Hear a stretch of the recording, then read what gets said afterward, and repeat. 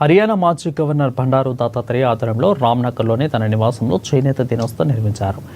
జాతీయ చేనేత దినోత్సవం సందర్భంగా చేనేత రంగంలో ప్రముఖులైన వారికి శాలువలతో సత్కరించారు. మెమెంటో బండారు దత్తాత్రేయ జీవిత చరిత్ర పుస్తకాన్ని అందజేశారు.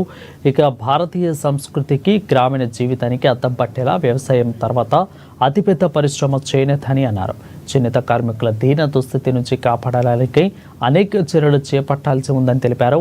ఇక ప్రజలందరూ చేనేత వస్త్రాలు ధరించి వారికి అండగా నిలబడి ఉంటారని భావిస్తున్నారని బండారు దత్తాత్రేయ అన్నారు.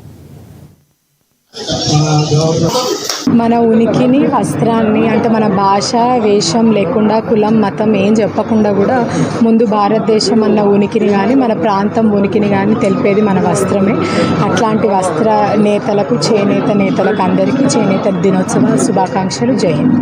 చేనేత భారతీయ సంస్కృతికి, గ్రామీణ జీవితానికి అద్దం పట్టేటువంటి వ్యవసాయం తర్వాత అతి పెద్ద పరిశ్రమ చేనేత.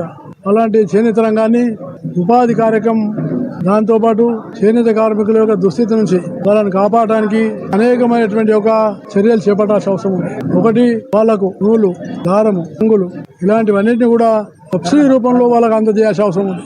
అలాగే వాళ్లకు తక్కువ వడ్డీకి రుణాలు ఇచ్చి వాళ్ళని ఆదుకోవాల్సిన అవసరం ఉంది.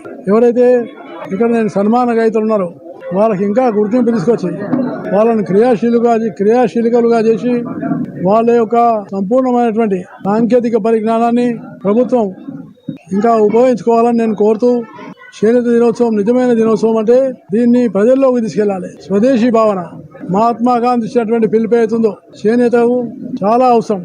ప్రజలందరూ చేనేత వస్త్రాలు ధరించి చేనేత కార్మికులకు ఏ రకమైనటువంటి నష్టం రానియకుండా ఆదుకోవడం అనేది భారత ప్రజానీకం యొక్క బాధ్యత. రాష్ట్ర ప్రభుత్వాలు కూడా